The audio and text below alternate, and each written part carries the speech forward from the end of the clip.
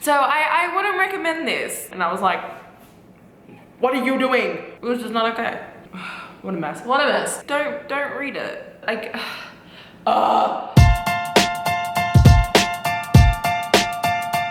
Hey guys, I'm Medicine Mary and welcome back to my channel. Today I have my most disappointing reads of 2019. So when I was coming up with the list for this, I realized that I don't want to do worse books because there were only 2 books I read this year that were like not good, and I would look at you guys and be like, do not read these books. Everything else, I just like went into it thinking I would like it, and I was just like, oh, this isn't good. So I'm gonna start with the 2 books that like, do not read these. They ain't good. And then I'll move on to everything else. So this is not gonna come as a surprise because I really was excited for this book and I hated it.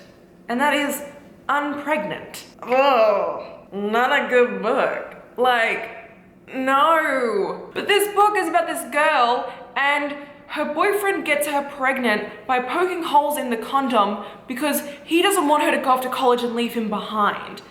And then when she gets pregnant, she's like, oh my God, I can't tell anyone because I'm like the most perfect popular girl at school, and if anyone knew I got pregnant, everything would be over in my life. So she ends up reaching out to her ex-best friend who she just like completely ghosted years ago because she wanted to be popular. And then the 2 of them go on this road trip down to New Mexico to get an abortion. And it's not a good road trip. Like, there's this God-fearing stripper. The boyfriend manages to stalk them all the way to New Mexico, which doesn't even make sense. Like, boy, how? They end up like in a cow field at one point. They try to hitchhike from a stranger. They end up getting in a stripper's car without even knowing who this stripper is. They just make all these awful, stupid decisions. It's not even funny. I didn't even laugh.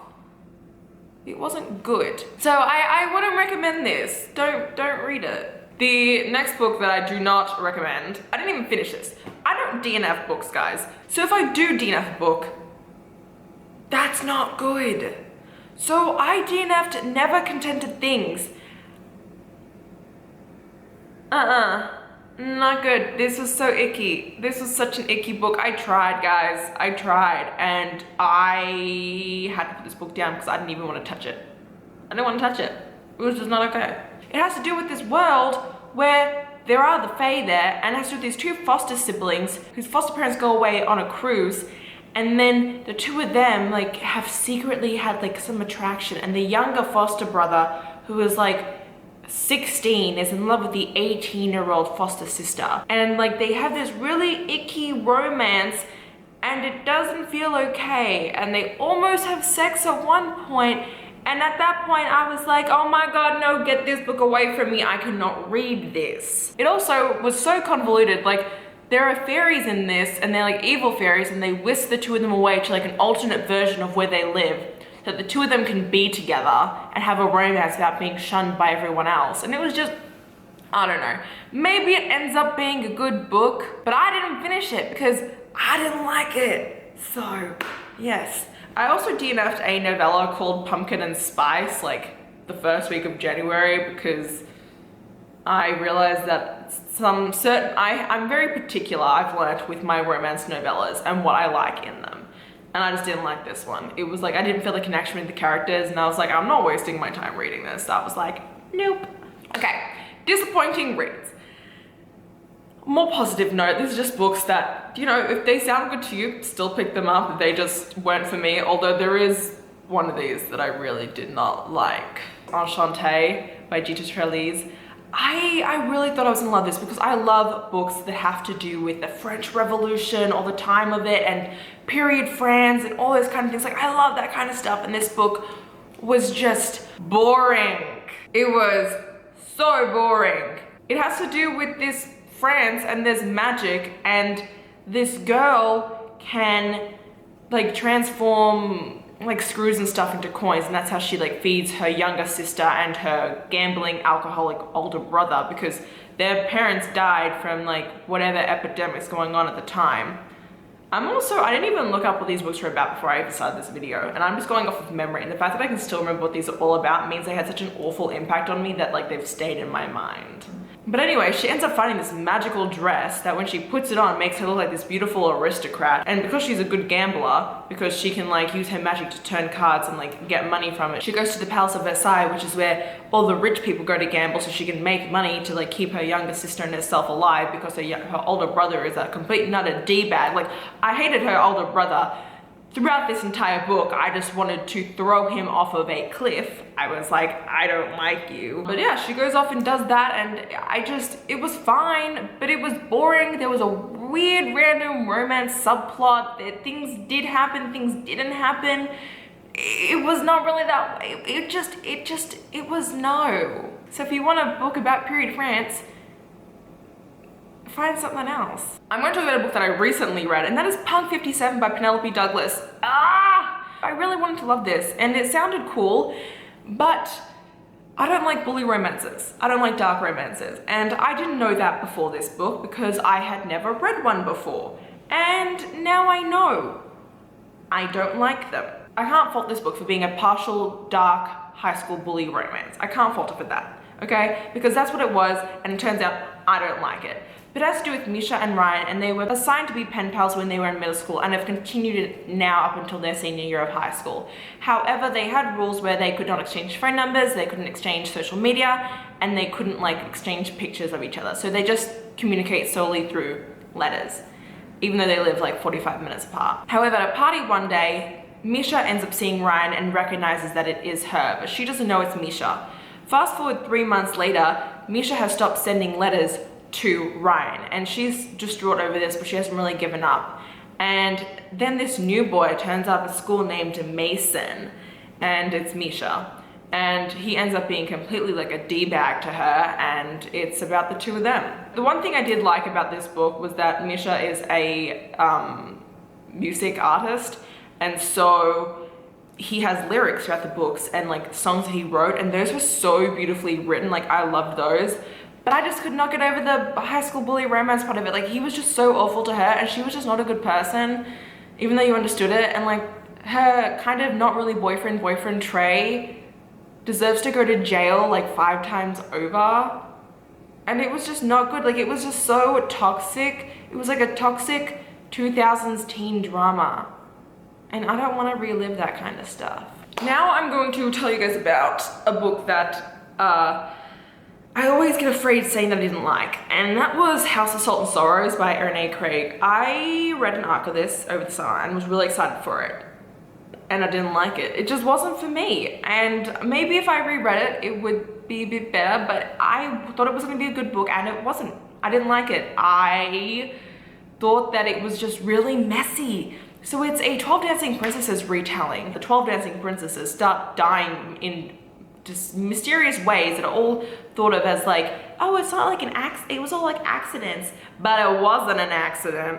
And so one of the sisters looks into it, Annalise, I think her name is Annalise, I don't know, a something.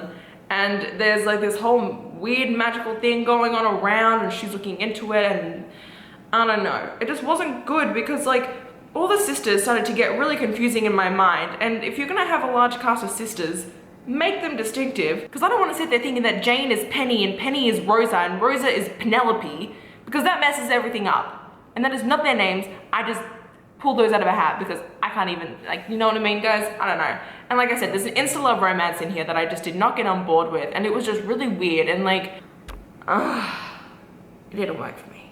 It didn't work for me. But you know what? There are some people who love this book. Keely loves this book, and when I told her I didn't like it, she was like, and I was like, oh my god, don't hate me. So I feel like out of all the books on this list, that's probably the most controversial. Another disappointing read for me was Once and Future by Corey McCarthy and Amy Rose Capetta. I do have the arc of the sequel, and I read this as an arc. But it just disappointed me because I was really excited for this book, and I thought it was going to be amazing. It's a gender-bent King Arthur retelling set in space.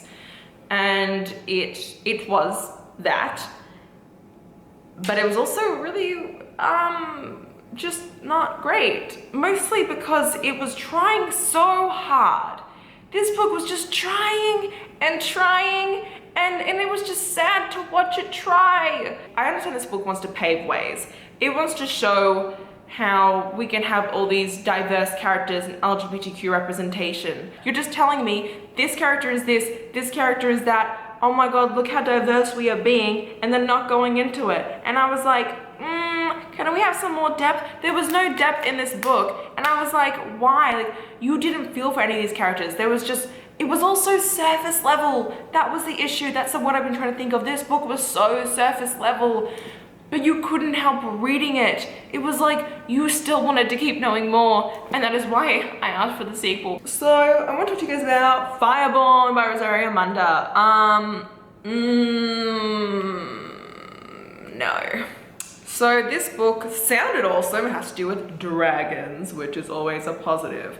And in this world, I think it was like 10 years ago, there was a revolution against the Triarchy, which were these 3 different dragon clans that ruled over everything. And the way these clans worked was like the head of the clan like could control like these other dragons, and that's like the specific dragon clan to like the specific dragon breed, and it was this whole thing. Anyway, there was a revolution. They massacred all like the head of the clans and their families, except for this one little boy who managed to escape. And he ended up in an orphanage, and he made friends with this other girl whose family had been massacred by a dragon from one of the clans. And it was actually that guy's dad. Like that guy's dad massacred the family in like a retaliation thing.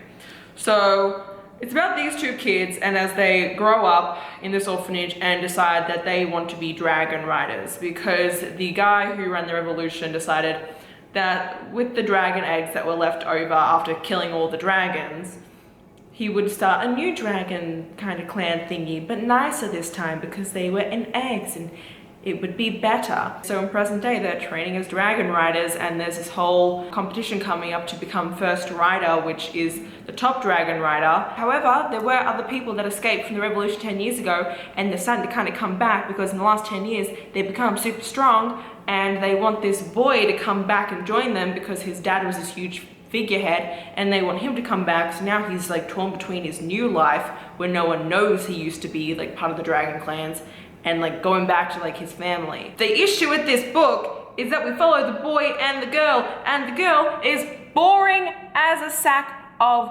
rocks, okay? She has no personality. She's just a whiny little girl the entire book, and it's not until like the last fifth of this book that I was like, oh, maybe I don't mind her. But when you have 2 POVs and one of them is a boring sack of rocks for 4/5 of a book, that's not okay. That doesn't work, okay? And then the boy in the last 5th of the book becomes a spineless piece of seaweed, and that ruins it too. I'm like, you just built this boy up and then you were like, ha, JK, and like threw him off of a cliff metaphorically, and I was like, what are you doing? Okay. What a mess. I'm now going to talk to you guys about Gideon the Ninth. Because I am going to be reading the sequel, Harrow the Ninth, because I am intrigued by this series. The issue with Gideon the Ninth was that it did not explain jack all to you. It threw you into this world and was like, good luck. And I was all like drowning in all the terms and how everything worked and having to figure everything out myself that I couldn't even focus on the book. But what Gideon the Ninth is about is confusing. So we follow Gideon and Harrow is the head of her house on the 9th planet.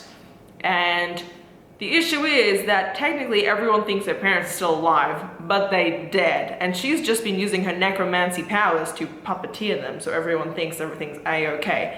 But things ain't, and they're kind of starting to like lose their economy and things are going bad. So when the Emperor invokes the lictor trials and is all like, the head of each house, each necromancer and their cavalier shall come to this planet and they will fight these trials, and if they win, they will be my like lictors and they will be revered and get money and blah blah blah. And she is like, oh my god, I need to do this so that I can save my planet, plus I am the best of the best and I must show people that. And then she ends up having to drag Gideon with her because she needs a cavalier, which is like the swordsman for the necromancer. And Gideon's all like, bruh, I don't want to do this. And she's like, well, too bad. And so Gideon ends up having to go with her. And they get to this place and shit starts going down, and not in a good way. The trials don't even make sense. They don't even have that big of a part in, like, they have a huge part of the storyline, but they're so like sporadic throughout and like don't really make much sense that it's just like, what is happening? Nothing is cohesive in this book, okay? Things happen and you're like, how does this relate to that? And it doesn't. And if it does, you don't find out until the very end, in which like 20 different bombshells are just dropped. And I'm like, where did this come from? Like, what? Like, the ending just had me so dumbfounded because I was like, where did you pull this information from? Like, what have you been? I don't know. And the thing is because I was so, like, I spent so much time reading this book trying to figure out what was happening that I didn't really pay attention to everything else that was going on. So I bet that maybe if I reread it, everything would make sense. A book shouldn't be written that you have to finish it and then reread it to really enjoy it. Like, that's not how it works. That being said, I do adore Harrow as a character, and I loved her character development over the span of the book. Out of everything in this, that now that the second book is going to focus mostly on her, I want to read it. So, yes. This was actually a really fun video to film. I didn't think it would be, and I was really afraid to film this because I don't want to like spread negativity. And like, these are books that people can enjoy and people do enjoy and that people love. They just didn't work for me. So that's just that, and yeah. But yes, if you guys enjoyed this video, please hit the like button down below if you want to see more of me. Please subscribe to my channel, and until next time, thanks a bunch guys. Bye!